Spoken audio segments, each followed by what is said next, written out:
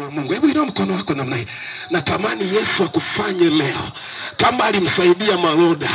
Leo hii maisha yale ambayo Baba hakutuacha nayo, kuna baba mwingine akapatikana, baba mwenye huruma, baba mwenye upendo, baba anayebadilisha, baba anayeokota watu jalalani akawaketisha na wakuu, baba ambaye ni zaidi ya mababa, baba aliyeandaa uzima wa milele, baba aliyeandaa hatima yako, baba aliyekuleta duniani, baba anayejua miaka utakayoishi duniani, baba mwenye kuponya ndoa, baba mwenye kubadilisha maisha, baba mwenye kuinua wanyonge, baba mwenye kutetea, baba asiyesaidiwa na matajiri anasaidia matajiri, baba asiyesaidiwa na wafalme anasaidia wafalme.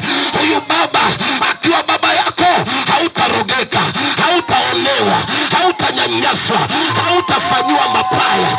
Natamani jione leo huyu Jehova awe baba yako. Anasimama pale ulipo.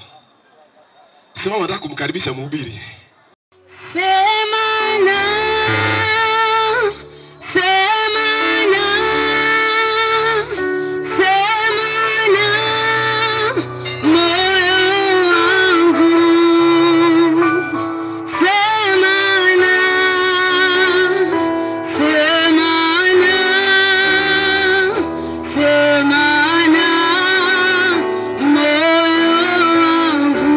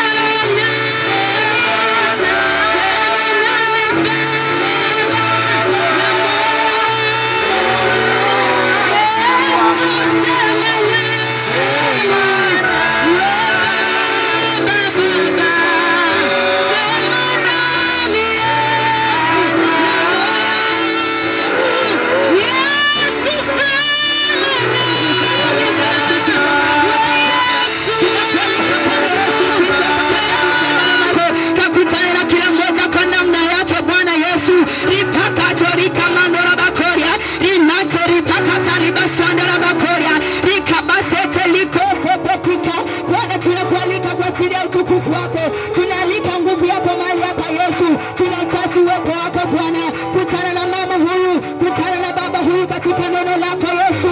Usitupite Bwana Yesu. Neema yako ikaonekane, utukufu wako ikaonekane. Shida zetu unazijua Bwana Yesu, maana unajua maisha yetu Bwana Yesu tangu mwanzo. Unajua shida zetu Bwana, unajua mwenendo yetu Kristo. Tunahitaji Bwana ukaseme nasi Bwana. Tunahitaji Bwana ukatumie lugha ambayo Bwana kila mmoja atapata kuelewa neema yako, ambayo kila mmoja atapata kuelewa Bwana Yesu nini ninamaanisha. Katika damu ya Yesu Kristo ninarika neema yako Bwana Yesu, ninarika uwepo wako Bwana, ninarika Roho Mtakatifu, ninarika nguvu zako, malaika zako Bwana wakashuka mahali hapa Yesu Kristo, wakimzunguka kila mmoja mmoja Yesu, akigusa mioyo ya Yesu, akigusa mioyo ya Yesu, akigusa mioyo ya Yesu. Asante Bwana kwa sababu wewe ni mwema. Asante Bwana kwa sababu wewe ni Mungu mkuu. Asante Yesu na kushukuru kwa njia yote, kwa sababu Bwana utaenda kusimama nasi katika jina la Yesu Kristo na kushukuru. Amen. Bwana Yesu asifiwe. Bwana Yesu asifiwe sana. Tupongeze mikono namna hii. Tupongeze mikono namna hii. Kama unajua Yesu ni mweza yote, punga mikono namna hii. Kama unajua Yesu anaweza, kama unajua Yesu ana nguvu, punga mkono namna hii. Kama unaamini Yesu Kristo, yeye anaweza kufanya njia pasipo na njia, lile ambalo haliwezi, yeye anaweza kutengeneza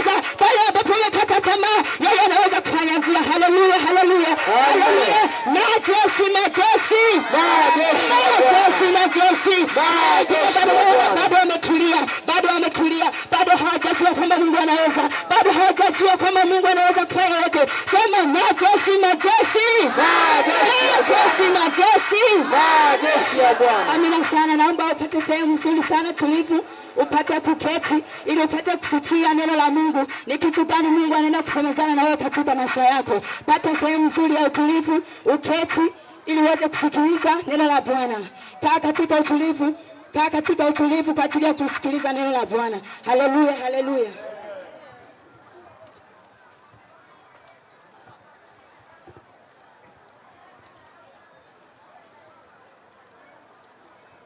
Bwana Yesu asifiwe sana. Bwana Yesu asifiwe makutano. Hata uliyeko mbali karibu Bwana na haja nawe. Neno lake ni uzima na kweli. Neno lake ni uzima na kweli. Kuna maneno mengi lakini neno hili ni la ajabu sana. Kuna maneno mengi yanasemwa lakini hili neno ni la ajabu sana. Maana ndio uzima wake. Haleluya.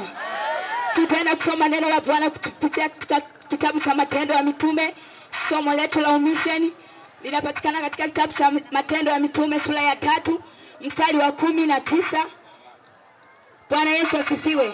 Mstari wa 18 hadi wa 19. Neno la Bwana linasema ya kwamba lakini mambo yale aliyohubiri Mungu tangu zamani kwa kinywa cha manabii wote ya kwamba Kristo wake atateswa, ameyatimiza hivyo. Tubuni basi mkarejee ili dhambi zenu zifutwe, zipate kuja nyakati za kuburudishwa kwa kuwako Bwana. Haleluya. Lakini kuna somo ambalo tunaenda kutafakari siku ya leo, linapatikana katika kitabu cha Matendo, katika kitabu cha Luka mtakatifu sura ya 9 mstari wa 23.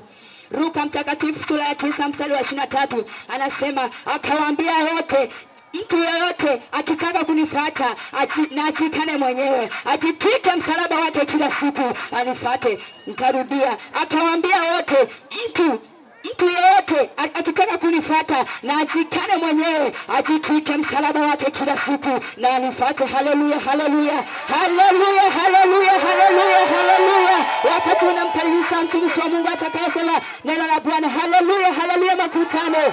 Haleluya, haleluya, haleluya, haleluya, haleluya. Bado sijaona watu wa Mungu ambao wapo tayari kusikia habari njema, ambao wapo tayari kujiachilia kwa Bwana, ambao wapo tayari kukabidhi maisha yao kwa Bwana. Haleluya, haleluya. Natamani nimuone mtu wa Mvumi ambaye yupo tayari kusikia habari za siku ya leo ambazo Mungu amekusudia. Majeshi, majeshi, majeshi, majeshi, majeshi, majeshi. Amen. Tunamtukuza Bwana kwa sababu ya neema yake ambaye ametupa nafasi nyingine kuweza kufika siku ya leo. Tunajua ya kwamba si kwa uweza wetu, si kwa nguvu zetu, sio kwa akili zetu, sio kwa elimu tulizo nazo, bali ni kwa sababu ya pendo lake tu. Bwana Yesu asifiwe. Upo mahali hapa sio kwamba wewe ni mzuri, sio kwamba wewe unatenda yaliyo mema sana, sio kwamba wewe unastahili. Ni pendo la Mungu tu ambalo linatustahilisha hadi kuweza kufika mahali hapa. Kama unaelewa hichi kitu, naomba mpigie makofi huyu Yesu Kristo. Mpigie makofi huyu Yesu aliyekufanya uwepo mahali hapa. Mpigie makofi huyu Yesu ambaye amekupa uzima na afya njema kuweza kuwepo mahali hapa. Haleluya, haleluya. Mtu wa Mvumi ambao upo mahali hapa, sikiliza. Tumekuletea habari njema, ni habari za Yesu Kristo. Hatujaleta maneno yetu, hatujaleta elimu zetu, bali tumemleta huyu Yesu ambaye alitufia pale msalabani ili mimi na wewe tupate kuokolewa, ambaye akasulubiwa akatomewa mate ili mimi na wewe tupate uzima. Alivyoona kwamba mtu wa Mvumi anateseka, alivyoona ya kwamba kuna mtu mmoja amekaa ananungunika kwa ajili ya maisha yake, ananungunika kwa ajili ya umaskini wake, akasema ya kwamba yule Mungu wetu alivyo mzuri, akaamua mtoe mwanawe wa pekee ambaye ni Yesu Kristo atufie pale msalabani ili mimi na wewe tuwe tunaishi, ili mimi na wewe tupate uzima, ili mimi na wewe tuwe matajiri. Haleluya, haleluya. Mtu wa Mungu, haupo kwa bahati mbaya. Kama unaishi maisha ya kawaida, ujue kuna kitu umekosea. Mungu hataki tuishi maisha ya kawaida, kwa sababu yote alimaliza pale msalabani. Magonjwa aliyamaliza pale msalabani. Umaskini alisema yamekwisha yote. Kama yamekwisha yote, haya magonjwa tunayosumbuka yametoka wapi? Umaskini tunaoona umetoka wapi? Kuna kitu hatujafuata. Bwana Yesu asifiwe. Bwana Yesu asifiwe. Haleluya. Mtu wa Mvumi, ukiwa na Yesu hutaona shida. Ukimpokea huyu Yesu utaona umaskini wowote wa Mungu. Tumekuletea hizi habari uelewe ni kwamba ni habari njema ambazo zinaenda kubadilisha maisha yako. Ni habari njema ambazo zinaenda kubadilisha ndoa yako. Ni habari njema ambazo zinaenda kubadilisha uchumi wako. Bwana Yesu asifiwe. Bwana Yesu asifiwe. Yesu wetu ni mzuri sana. Kama bado hujaokoka, nasikitika kwa ajili yako. Kama bado hujampokea huyu Yesu ambaye tumekuletea kuanzia siku ya kwanza, siku ya pili, siku ya tatu, na leo siku ya sita, bado tunakwambia habari moja tu, ni habari za Yesu. Kama hata mpaka siku ya leo hujaamua kumpokea huyu Yesu, unatamani ufe ukiwa maskini, unatamani ufe kwa magonjwa, wakati umependa mwenyewe. Lakini Mungu wetu hataki tuwe hivyo. Lakini Mungu wetu hataki tuteseke. Kama umeamua kuteseka, ni pale ambapo hujampokea Yesu. Ni pale ambapo hujaamua kumkiri Yesu kuwa Bwana na Mwokozi wa maisha yako. Bwana Yesu asifiwe. Haleluya. Watu wa Mvumi, na kama nimeona mtu mmoja ambaye anakiri na huyu Yesu, ambaye anatamani ampokee huyu Yesu. Bwana Yesu asifiwe. Bwana Yesu asifiwe. Yesu wetu si wasara. Mungu wetu si wasara. Mungu wetu si mbaya, hataki uteseke. Ni pale ambapo utaamua kumfuata yeye. Haleluya. Haleluya. Tumesoma neno letu kutoka kitabu cha Luka 9. Luka mlango wa 9. Naomba uelewe. Akawaambia wote. Aliambia makabila yote. Aliambia mataifa yote. Kwa hata wewe mtu wa Mvumi ulikuwa miongoni mwa hao watu ambao walikuwa wanaambiwa. Bwana Yesu asifiwe.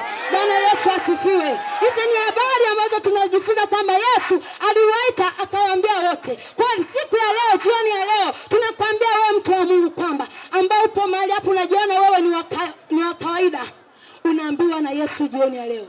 Wewe ambao unajiona kwamba ni maskini, unaambiwa jioni ya leo. Wewe ambao unajiona kwamba ni tajiri, wewe una PhD zako umesoma, wewe unaona kabisa unamiliki magari, unamiliki nyumba nzuri. Kuna watu wengine mashina maskini, unaona kabisa siku zingine unakula vizuri, lakini kuna mwingine kila siku anakula ugali. Unaambiwa.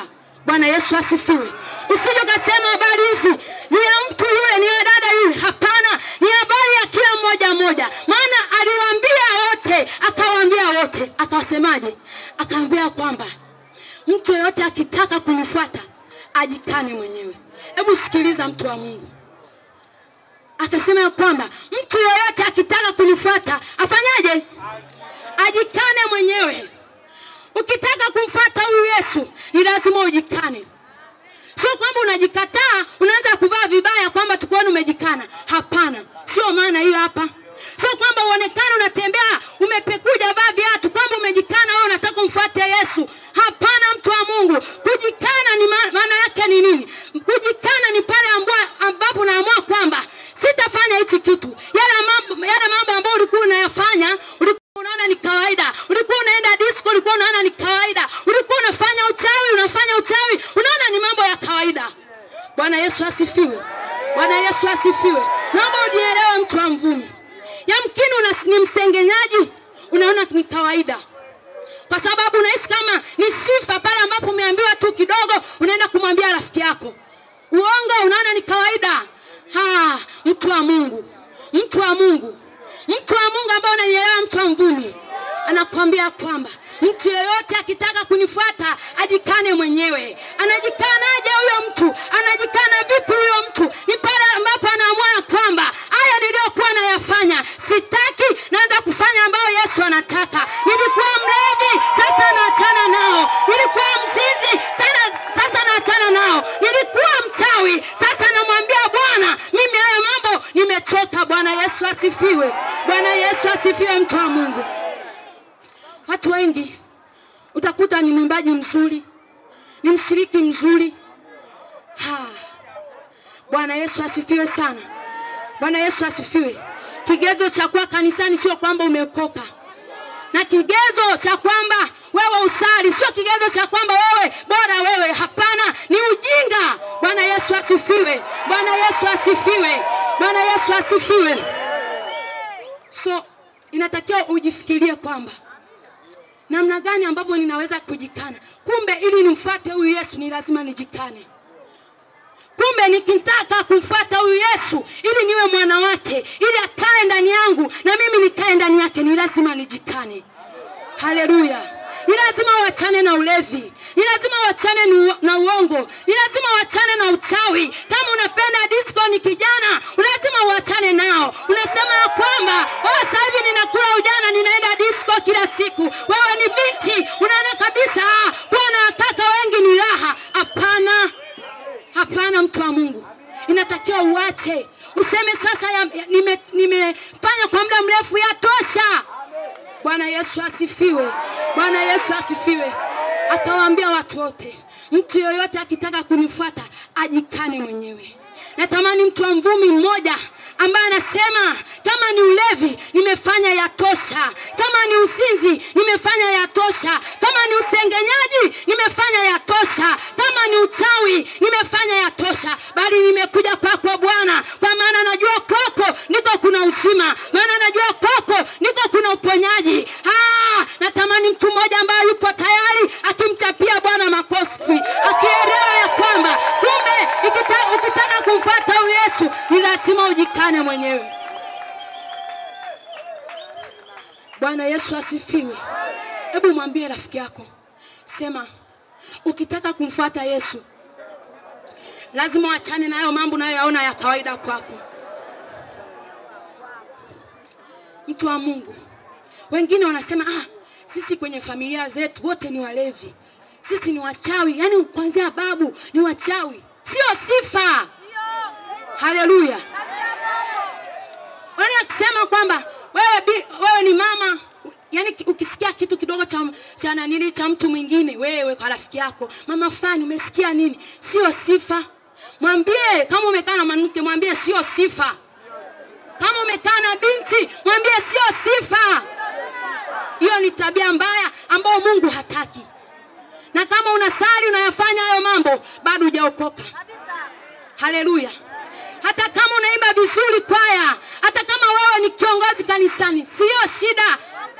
Unaweza ukatumika vizuri, lakini Bwana akafanyaje? Akakukana, akasema mimi sikujui. Kwa sababu gani? Ndio tutakuona kwamba unamtumikia Mungu, ndio tutakuona kwamba ukituanzishia nyimbo za kuabudu na kusifu, watu wanaomba vizuri, lakini kumbe bado hujatengeneza. Bwana Yesu asifiwe. Akawaambia watu wote, imetupasa mtu yeyote akitaka kunifuata, mtu yeyote akitaka anifuate ajikane mwenyewe. Angalia mbele, anakuambia kwamba ajitwike msalaba wake. Haleluya. Ajitwike msalaba wake kila siku. Hajasema wajitwike. Naomba uelewe mtu wa mvumi. Mwanzoni anakuambia ya kwamba akawaambia wote, lakini mbele ukiendelea anakuambia mtu yoyote. Kwa nini hajasema watu? Amejua ya kwamba swala la wokovu sio la rafiki yako kujadiliana. Swala la wokovu sio kwamba mjadiliane na mume wako kwamba sasa hivi natakiwa tuokoke, sasa kama familia tumeamua kuokoka. Hapana, alimwambia mtu, akawaambia watu, akuambia familia. Angesema aliwaita watu wote, watu angetumia neno watu, asingetumia neno mtu. Naomba uelewe kwamba swala la wokovu ni la mtu binafsi. Ukitaka kumpokea Yesu ni lazima ujitwike msalaba wako mwenyewe. Huo msalaba ni wapi? Huo msalaba ni upi? Bwana Yesu asifiwe. Bwana Yesu asifiwe, mtu wa Mungu. Msalaba sio kwamba ile msalaba unayoona kanisani, kwamba unaenda kuchukua kanisani msalaba unajitwika unaenda kwa Yesu. Hapana.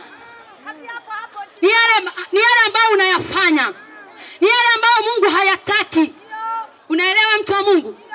Yale ambayo inatakiwa unaona kabisa mimi mwenyewe hapa ningefanyiwa ningeumia sana. Ni yale magonjwa unayoteseka, ni ule uchawi unaoteseka. Uchawi sio sifa, ni mateso kabisa. wewe ndio wamelala, wewe unahangaika. Bwana Yesu asifiwe. Huo ndio msalaba inatakiwa ujitwike. Ujitwike wewe. Hata kama unamjua rafiki yako kwamba mnaonana wote. Hata kama unamjua rafiki yako kwamba huwa tunakaa tunamsengenya mtu. Kama ni uongo, mimi namletea naye ananiletea. Lakini kwenye swala la wokovu usimwangalie. Amen. Bwana Yesu asifiwe. Amen. Bwana Yesu asifiwe mtu. Amen. Haleluya. Amen. Inatakiwa ufikirie kwamba naomba unielewe sana kwamba kumbe nikitaka kuokoka inatakiwa nijikane mimi mwenyewe, nijitwike msalaba wangu, nimwambie Yesu, nimekuja kwako, nimeteseka, yatosha. Kama ni uchawi nimefanya, yatosha. Kama ni usinzi nimefanya, yatosha. Kama ni ulevi, sasa kwa heri. Haleluya watu wa Mungu. Amen. Naomba ninavyoendelea kuongea wewe unafikiria unayoyafanya kama kweli umejikana au bado. Bwana Yesu asifiwe. Amen. Bwana Yesu asifiwe. Amen. Mtu wa Mungu, ukija kwake Yesu, ukiamua kujikana, ukiamua kwamba sitomwonea haya mchungaji, hata kama ananiona kabisa kwamba mimi ni mwimbaji mzuri, akimtafuta mtenda kazi, nikapatikana mimi, atasema kuna kijana naye jitoleaga sana. Lakini kama bado hujatengeneza, mwambie mchungaji, naomba ukae pale tu. Yaani si usiende kumwambia sasa, unajisemesha moyoni. Kama ni mke wako unajua kabisa mnafanya wote sijui nini, mwambie mama, hata kama ni mke wangu nakupenda, lakini swala la wokovu ni la kwangu mimi mwenyewe. Maana hakuna siku ambao hata akifa mmoja atasema naomba niende naye. Ndio. Unaweza ukafa baba au mama, lakini huyu atakayebaki anaweza kaoa mwingine. Ndio. Kuna upendo. Yupo mmoja tu aliyetufia. Ndio. Yupo mmoja tu aliyetupenda. Upendo wa duniani haudumu hata siku moja. Kabisa. Ndio maana kuna watu walipendana, wakaoana vizuri, wakakubaliana, waishi pamoja. Kwa nini wanaachana? Kwa nini kuna talaka kama ni upendo na udumu? Uelewe kwamba tunapendwa na mtu mmoja tu. Amen. Bwana Yesu asifiwe. Bwana Yesu asifiwe mtu wa Mungu. Amen. Usije ukaogopa kuja kwake Bwana. Ukija kwake utapata amani. Amen. Ukija kwake utasamehewa. Amen. Ukija kwake utafanya kwa upya. Yeye hataangalia kwamba umetenda dhambi kwa miaka mingapi. Baada ya maneno ya Mungu ya uzima, ya kama mtu anataka kunifuata na ajikane mwenyewe. Sasa nataka tufanye jambo moja hapa kabla sijakuita mbele kwa ajili ya hatua hii ya muhimu sana. Ili niweke vizuri yani mwishoni pale ambapo mtumishi wa Mungu dada yetu hapa amemalizia, na tuingie kwenye hatua hii ya muhimu sana. Sasa napotaka tuingie kwenye maombi hapa. Hebu punga mkono wako namna hii. Iko hivi. Tumefikia wakati mzuri sana ambao ni wa baraka sana, unaweza kubadili kabisa historia yako. Ninajua hakuna mtu ambaye angependa mwisho wa maisha yake aende jehanamu. Ninajua hakuna mtu ambaye angependa mateso yaendelee kwenye maisha yake. Kila aliyeko hapa anatamani kwamba maisha yake yaweze kubadilika. Sasa sahi, mtu mmoja nisaidie pale, watoto wasinicholee gari, wanatucholeaga sana. Iko hivi. Sasa sahi, sikiza vizuri. Sahi, nataka niseme neno hili. Wana wa Israeli walimkosea Mungu na wakaanza kuumwa na nyoka wanawaangamiza. Kama ambavyo sisi leo kwa sababu ya dhambi, leo kuna mambo mengi yanayoua watu kila siku. Na watu hao walipotafuta msaada wa Mungu, Mungu akakubali kuwasamehe ili awaponye. Kama ambavyo Mungu yuko tayari jioni leo kusamehe ili atuponye na ili atubadilishe maisha yetu. Lakini kama alivyosema mnenaji hapa, inapofika swala la wokovu, sio swala la kundi, sio swala la jumuiya, ni swala la mtu binafsi. Sasa Mungu akamwambia Musa, nimesikia, niko tayari kusamehe na kuwaokoa watu hao. Lakini na ilikuwa ni jambo rahisi, watu wanakufa, lakini dawa ya kuwaondoa kwenye mauti imepatikana. Dawa ya kuwaondoa kwenye mateso ya kulogwa imepatikana. Lakini ni namna gani watapata huo msaada? Mungu akamwambia, waambie watu, yule anayetaka msaada wangu afanye jambo moja. Wewe funga nyoka kwenye mti, nyoka wa shaba naye ng'aa. Halafu waambie yeyote mwenye mateso, yeyote aliyeng'atwa na nyoka wale wa moto, yeyote mwenye sumu, yeyote ambaye anaelekea kufa, yuko hatarini. Leo ningesema ndoa yake iko hatarini, maisha yake yako hatarini. Yeyote anayetaka msaada afanye jambo moja, wala hahitaji kuongea mengi. Ainue tu macho yake juu. Kitendo cha kuinua macho juu na kumuona yule nyoka ni ishara ya kwamba umekubali na umetii. Sasa watu walikuwa wanakufa kweli kweli. Dawa ilikuwa sio ya kununua kama maji ya upako yanavyouzwa leo. Ilikuwa ni bure, ni kuinua tu macho, Hebu angalia jirani yako. Alafu mwambie, hebu angalia chini. Angalia chini kila mmoja. Unakufa. Angalia juu. Unapona. Sasa ukishindwa hilo zoezi dogo namna hii, hebu angalia chini. Unakufa. Angalia juu. Unapona. Yaani hicho ndio kitu ambacho kikushinda leo. Yaani ukiamua kuangalia juu leo, wachawi hawatakuona. Amen. Rahisi sana. Ukiamua kuangalia juu leo, kama una shida ya uzazi, shida yako inaondoka. Yohana anasema kama vile Musa alivyomuinua nyoka jangwani, vivyo hivyo mwana wa Adamu hana budi kuinuliwa. Aliinuliwa msalabani ili kila mtu amtazamaye awe na uzima wa milele katika yeye. Na jioni hii watu wa Mvumi, najua una sumu nyingi. Shetani amekung'ata, amekuharibia, ni joka la kale. Ameung'ata ulimwengu na tabika watu. Ukiona unashinda kuja tu mbele, ujue kuna sumu ya nyoka. Yaani lazima usiende mbele. Sasa wale mlioketi chini, naomba msogee hapa mbele. Sogea tu hapa, nataka tuje hapa, karibu. Yaani ukiona unajua shetani anakuambia usinyanyue mguu. Jua limeshapunga jamani, naomba tutoke pale kwenye gari, tuje hapa tuombe. Karibuni hapa mbele. Njooni wote, sijasema watu waje waokoke, nasema njoo hapa. Huku Mvumi kumbe Kiswahili kigumu. Hebu karibu hapa mbele. Na maombi nayo kumbe tunabebelezaga. Jamani, mvua yenyewe ya shida, njooni tuombe hapa. Takufa na njaa.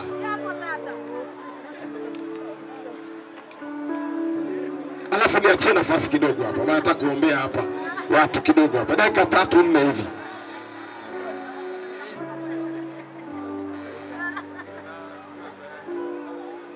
Wale wa mama mliokaa kule, karibuni huku jamani, tunamuomba. Haya, na waombeni basi, karibuni. Hadithi zinatosha. Hebu njoo tuongee pale hapa pamoja. Sasa jamani, si Yesu Mungu anatupenda jamani. Baba mtoto njoo naye hapa. Hii dunia tunapita babangu. Wale mliokaa kule mbali, hebu njoo, wakati mzuri wa Mungu umefika. Hebu sogea tu hapa. Kaka zangu, dada zangu, sogea tu hapa. Ni majira mazuri sana ya Mungu.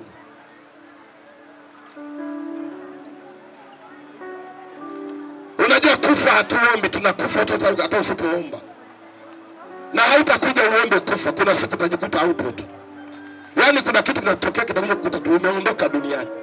Ulikuwa unataka utakuta tu haupo duniani. Walioondoka juzi na ajali, wengine wamekufa leo, sio kwamba walikuwa wamemaliza majukumu duniani. Imeandikwa, na kama imeandikwa inatudanganya.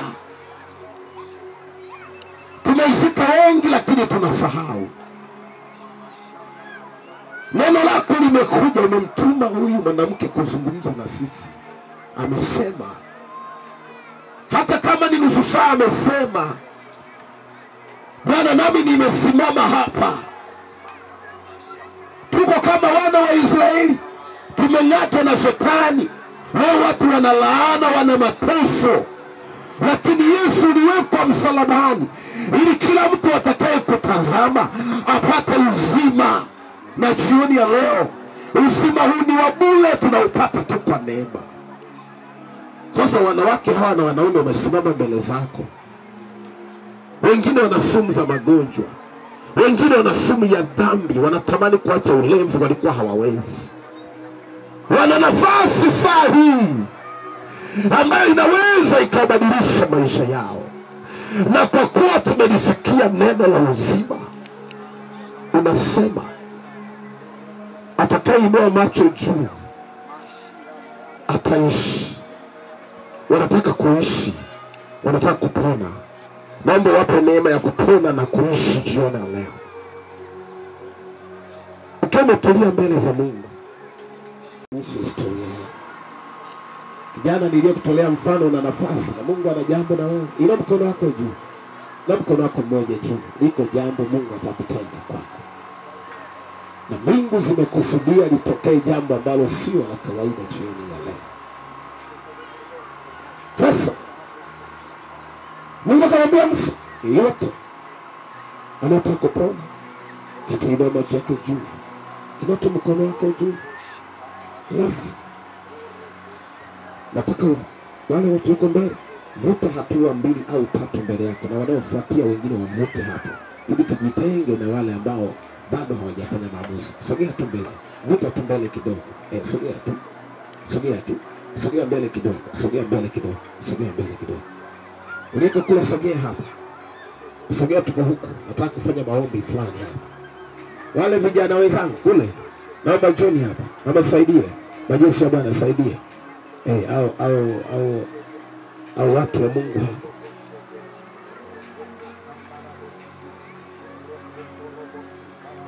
Jioni hii ni jioni ya pekee sana. Sasa ukiwa umetulia mbele za Mungu, kama tulia mbele za Mungu, mtoto mzuri, mama umefanya vizuri kumwelekeza mtoto. Ukiwa umetulia mbele za Mungu, hebu inua sasa mikono yako miwili juu. Wewe ambao hujashika, uliyeshika mtoto mshikilie tu mtoto. Kama hujashika, inua tu, hata usiinue sana, inua tu kiasi. Funika macho yako. Nataka ufuatane nami katika maombi haya. Hebu sema, Bwana Yesu, jioni ya leo nimesikia maneno yako, maneno ya uzima. Petro alisema, twende kwa nani Bwana? Wewe una maneno ya uzima. Jioni ya leo nimesikia neno lako. Yesu, nimeamua kuachana na shetani, kuachana na dhambi, kuachana na dhambi. Nami jioni ya leo nafungua moyo wangu. Naomba Yesu, ingia ndani yangu. Nisamehe dhambi zangu. Nioshe kwa damu yako. Kuanzia leo. Yesu, futa jina langu katika kitabu cha hukumu. Uliandike leo katika kitabu cha uzima wa milele. Asante Yesu, unisamehe na kuniokoa. Kuanzia leo umeniokoa, nimeokoka. Nami natangaza kumkataa shetani. Na kuanzia leo naondoka kwa shetani. Nimerudi kwa Mungu. Mungu Baba, kuanzia jioni ya leo navunja maagano na shetani na mashetani na uchawi na mapepo. Mungu, kwa damu ya Yesu, komboa maisha yangu, komboa nafsi yangu, komboa afya yangu. Kuanzia leo niondolee laana. Yesu, nifanye kuwa mtoto wa Mungu. Kuanzia leo shetani hauna haki na maisha yangu na mwili wangu. Mimi ni hekalu la Mungu, ni hekalu la Roho Mtakatifu. Kuanzia sasa mimi ni hekalu la Mungu. Bwana, nihurumie, niponye, nirehemu. Amen. Sasa mkono weka kichwani. Mikono yako weka kichwani. Funika macho yako. Nataka kuomba sasa, kabla hawajakuhudumia au watumishi wa Mungu hapa. Funika tu macho yako. Kama kuna nguvu za giza kwako, dakika moja tutalipuka hapa. Hata ichuku, yani kama una maroho wa vitu yanakusuruaga.